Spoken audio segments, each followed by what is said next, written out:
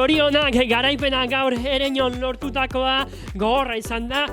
Guztiz erotuta junden lasterketa eta garaipena zuretzat amaiera ikain batekin. Zorionak. Mila esker, ez nuen bat ere espero, lasterketa oso gogorra izan da, baina bueno, indartsu negoen, así que disfrutatxera, bai. Natxituan behin baino gehiago saiatu behar izan zara bakarrik alde egiteko.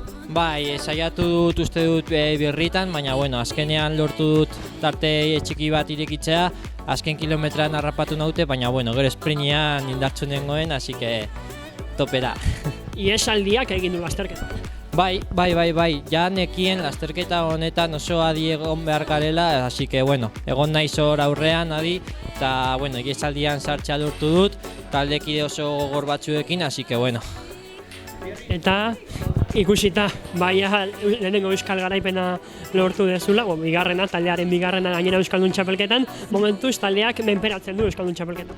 Bai, momentuz bai, saiatuko dugu hurrengo lasterketetan ere hor aurrean egotea, así que bueno, ratxa hau mantentzea.